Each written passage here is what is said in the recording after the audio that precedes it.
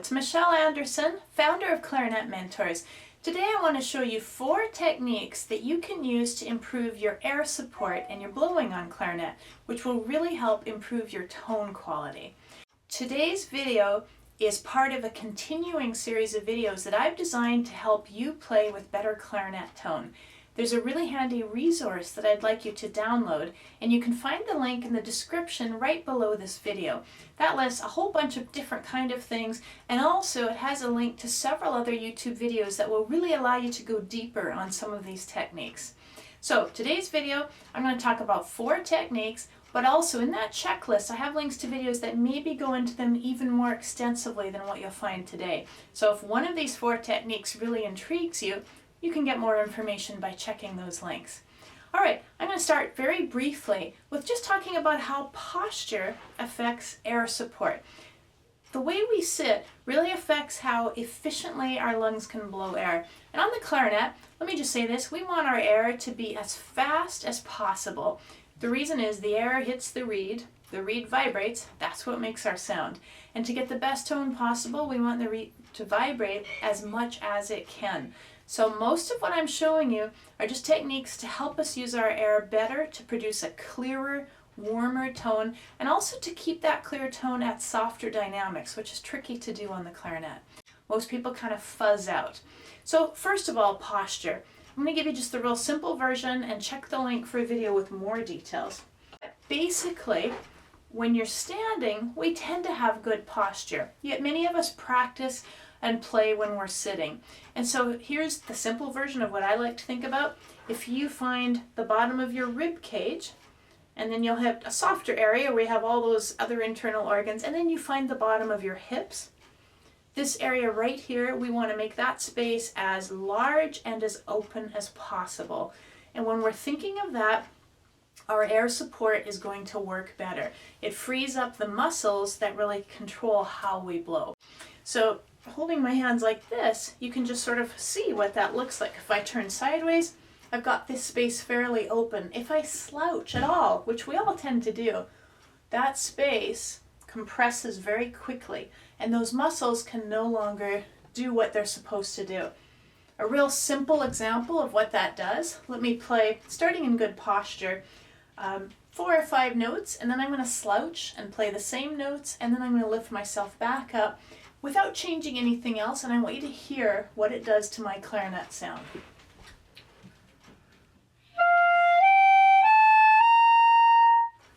Now I'll slouch.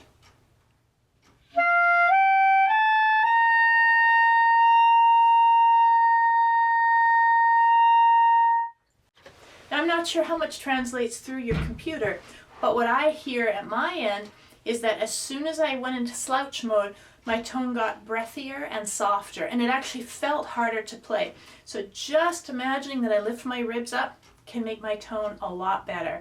I want you to experiment with that. When we stand, we tend to have this space quite open anyway. So just something to consider. Step 2. This is a technique I want to show you that I'm going to say right now, it's kind of controversial. It goes opposite to the way a lot of people are trained to teach and play and learn clarinet. However, I just have to say this, I've seen it work many, many, many times, and I've seen it get great results. So even if this feels and sounds weird and is opposite to how you've been taught, it really doesn't hurt to try it out, and if you get good results, this will be another technique you can use in your own practicing. So I call these belly huffs. It's just a way of teaching your blowing muscles and your body posture to work a little bit differently. So again, our goal is to produce a really fast airstream that'll really activate the reed and get it vibrating. If we were to pull a clarinet out of our mouth and sort of hear what that air sounded like, we'd actually hear quite a high pressure hiss.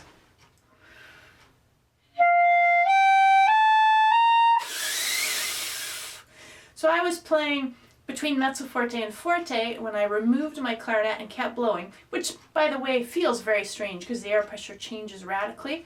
You can still hear the speed to that airstream. That's a simple little thing you can try. So to help my muscles learn how to blow the air that quickly, we have this technique called belly huffs. And there's a couple parts to this exercise that I'm going to teach you very quickly. we're going to focus on the muscles that are located around our belly button, those ab muscles, and they really are the muscles that help us to produce the fast air that we want. So part one of the exercise is simply take a hand, flat palm, put it right over your belly button. That gets you in contact with the muscles that we're trying to activate here. And the first part of the exercise is we are going to experiment with pushing those muscles outward. Nothing to do with our breath, just with the muscles that are already in place. And to give us a sense of rhythm to it, we're going to do it in time. So if I had a little rhythmic pulse going, what I want to do is see if I can push those muscles out in time with what I'm beating. I'm going to turn sideways because you'll be able to see this better. So I've got my hand on my belly button. With just my ab muscles, I want to push out. You can see I'm doing that now. So I'm pushing that way. It feels very strange and very silly, but hey, you can do this when no one's looking. If I did that in time, and 3 and 4, it'd look like push, push, push, push. Now I'm trying not to move my back, it's just these muscles here coming forward. This feels so strange, and these muscles really aren't used to moving in that direction, and in fact is not very flattering to look at when we're pushing our bellies out. But there's something about that action of pushing our bellies out as we blow into the clarinet that enhances our speed. Many people are trained to suck their belly in, to sort of push the air up, to squeeze it like a bellows. And that makes sense to me logically. This pushing out doesn't make sense, and yet, as I said, it works. So I encourage you to try it. So that's step one. We're just getting used to what does it feel like to push our abs out in rhythm. Now step two, we are going to actually blow. And you remember when I took my clarinet out of my mouth, we could hear this fast, hissy airstream. Well, step two is I just want you to try and produce really, really loud air in 4 quick bursts at the same speed we were just going. So that might sound something like this.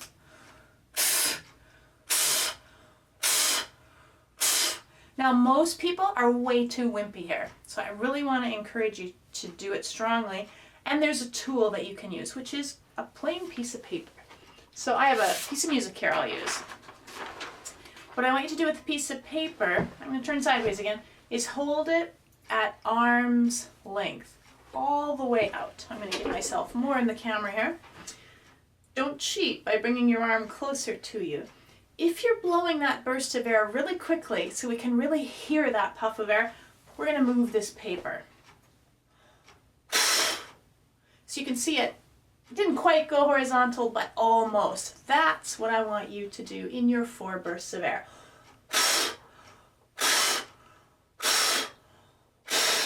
Remember, our temptation will be for our arm to sort of help us cheat. Whoa, hey, I'm amazing, but now it's just a hand's width from my face instead of arm's length. That's part 2 of the exercise. Part 3, and holding the paper in your hand is not a bad tool to use because it can help you see how your air is doing. We're going to try and combine these two. When we do the big burst of air, we're going to try and push our belly out.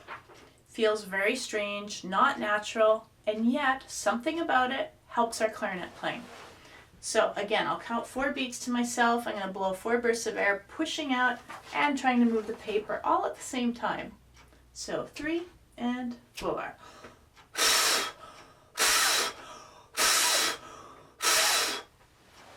Goofy exercise, but interestingly enough, I can even feel my voice is getting more resonant because my air support is getting better. I'm warming up my blowing muscles, which is going to help my clarinet playing.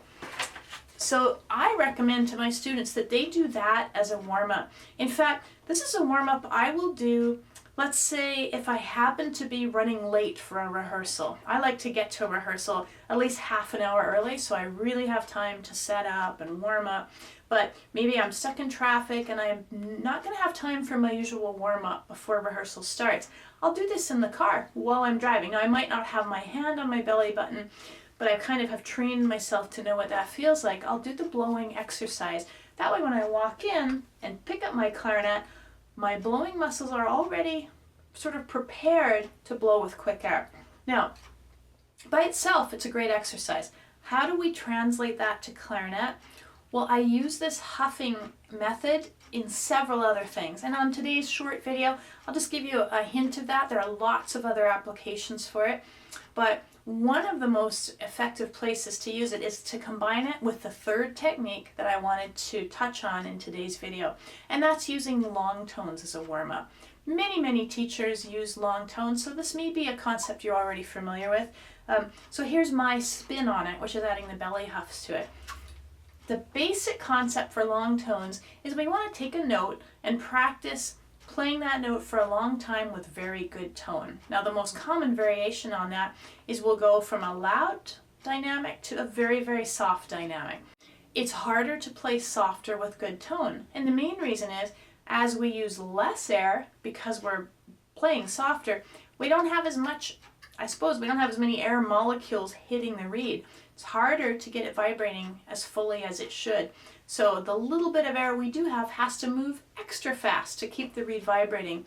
If it doesn't, we get a very fuzzy sound. So I can blow a whole bunch of air through the clarinet. If it's not vibrating through the reed, it's wasted air as far as our clarinet tone is concerned. 100% wasted air would sound like this. I'm blowing lots of air. All I'm getting is a whispery, airy, fuzzy sound. Now, most people don't pick up their clarinet and sound like that unless they're consciously trying to. However, with most of us, when we get soft, we can hear elements of that. If I were to demonstrate the way most people sound when they get softer, what you're going to notice is that the softer I get, the more airiness and fuzziness creep into the tone. Now this might be a little hard to hear through your computer speaker, but I'll try and exaggerate it so you get a sense of what I'm talking about. I'm going to take just the open G, where all the holes on the clarinet are open. It's a very easy note to play. I'll start loudly, and most of us have clear tone when we play loudly because we have lots of air hitting the reed. It vibrates well. As I reduce my airstream to play softer, if I really kind of keep blowing with the same force, I'm not going to have enough stuff hitting the reed to make it sound good, and I'm going to start fuzzing out. Let's listen to that.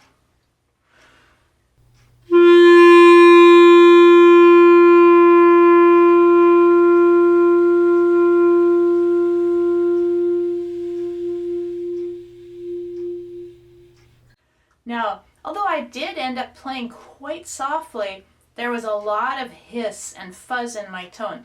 And that's not really the beautiful sound that I want to have coming out of my clarinet. I want to imagine that air is like water coming out of a spray hose, and if someone's turning the faucet down so there's not much water there, I can take my spray valve and adjust to the smallest possible spray and stream so that I still get some force. That's what our air has to do. This belly huff technique helps get our muscles used to what they need to do to get the speed we need to play with good tone. And this is what it might look like. And again, I'm going to have links to other videos with more details, but this is my introduction to you. And I'm spending lots of time on this particular aspect because I think it's the most important one in today's video. I could take that open G, try and get softer, and as soon as my ear detects a little bit of fuzz in there, I start huffing while I'm playing. Now this might not have good tone. This is just kind of an exercise to activate these muscles. So I hear the fuzz, and then I add pulses of air into my airstream. Physically, as I'm pulsing, I'm thinking about pushing my abs out. In those pulses, although I will temporarily get louder, I'll also really get the air moving quickly. And the goal is to start pulsing and make each pulse a little bit softer than the pulse in front of it. Pretty soon I'm pulsing in that instant of the burst of air with very good tone at a soft level. Then I might try and gradually lengthen those pulses once I get to a level that I feel is a pretty soft level for my own sort of personal best, and I'll extend it. So it might sound something like this.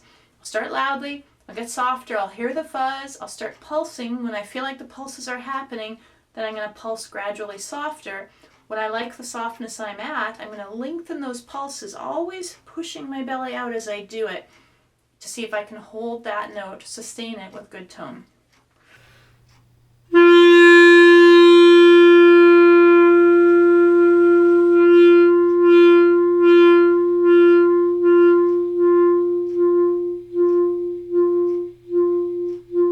So right now, I'm probably about piano with pretty clear tone compared to how I started. That might be when I'm first starting where I want to be. So I stopped to explain what I was doing. Now I'm going to take those pulses and try and lengthen them. So here I am pulsing at a piano level.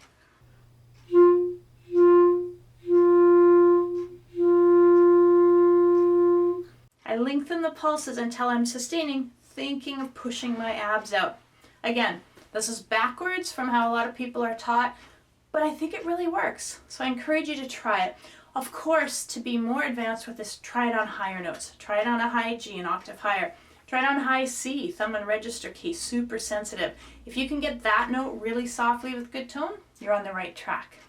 All right, I have one more technique related to air support to talk about on today's video, and that is the whisper technique. It's one other tool that you can use regularly in your practicing to help get your blowing muscles working efficiently and with good fast air to improve your tone. Now, I already demonstrated it as kind of a bad habit, but now I'm going to use it as a helpful tool.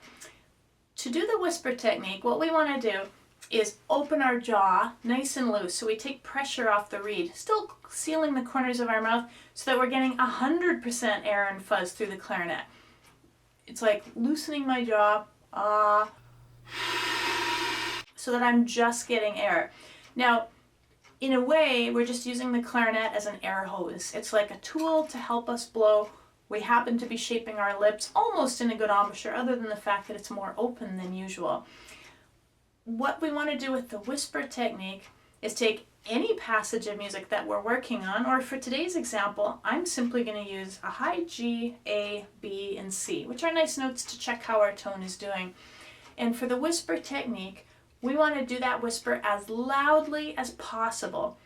Because there's virtually no resistance from the clarinet when our jaw is that open, we're going to run out of air way faster than usual. This is not a challenge to see how long you can go in one breath. It's a challenge to see how loudly you can whisper through the clarinet.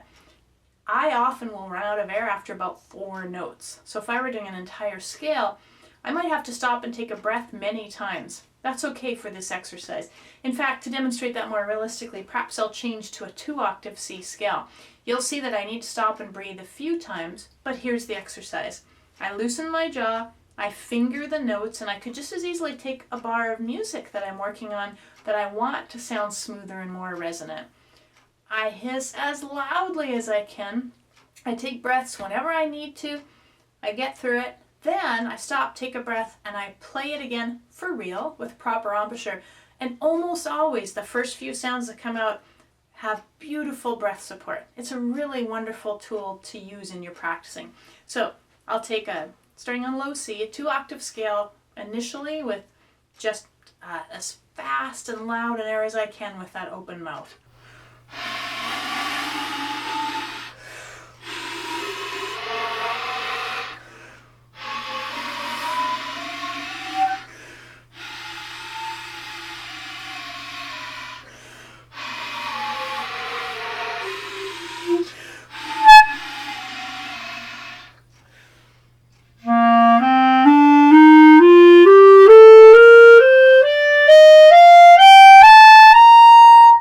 Now, I'll just demonstrate it in 1 octave. When I was doing that, I got some squeaks in there. Of course, our mouth wants to go back to a normal embouchure. So if you start to get a real tone, you just need to open your mouth wider. This might seem like a silly exercise, but again, try it out. So in this video, we talked about lifting our ribs up to have good posture. We talked about warming up with the belly huffs, where we blow out with the paper in hand, our belly pushing out. We talked about long tones, going from loud to very soft, with the emphasis on no airy hiss, and using the belly huffs in combination with this to get our tone more pure, and then using the whisper technique as a way to get our tone working better. So these are all great tools to help you play with better tone. I hope you try them. And I want to emphasize again, there is a worksheet you can download that has links to other YouTube videos with more details. There's also a link on that worksheet for some other tone videos I have that can be emailed with a link to your inbox, and then you can access those online as well. They're all designed to help you play with a more beautiful tone and make it easier to play. Now, I would love to hear from you, especially because I've introduced some kind of strange ideas in here. There's a comments box under this video. I do go into YouTube about once a week, and I check your comments and questions, and I respond to you, and I love hearing from you. So if you have any comments, please include them below. If you're not already a member of my Clarinet Mentors community, I'd like to invite you to join. It's totally free. You simply go to www.learnclarinetnow.com, and there's a little box to enter your name and email address. Members of my community will get a newsletter from me about every 3 weeks or so. In that newsletter, I have an educational video like today's, but I also include lots of information on my favorite clarinet pointers. It might be equipment or recordings or clarinet gadgets that I recommend, music that I find interesting, just things that I think might interest you as a clarinetist. Thanks so much for watching today's video, and I look forward to seeing you next time.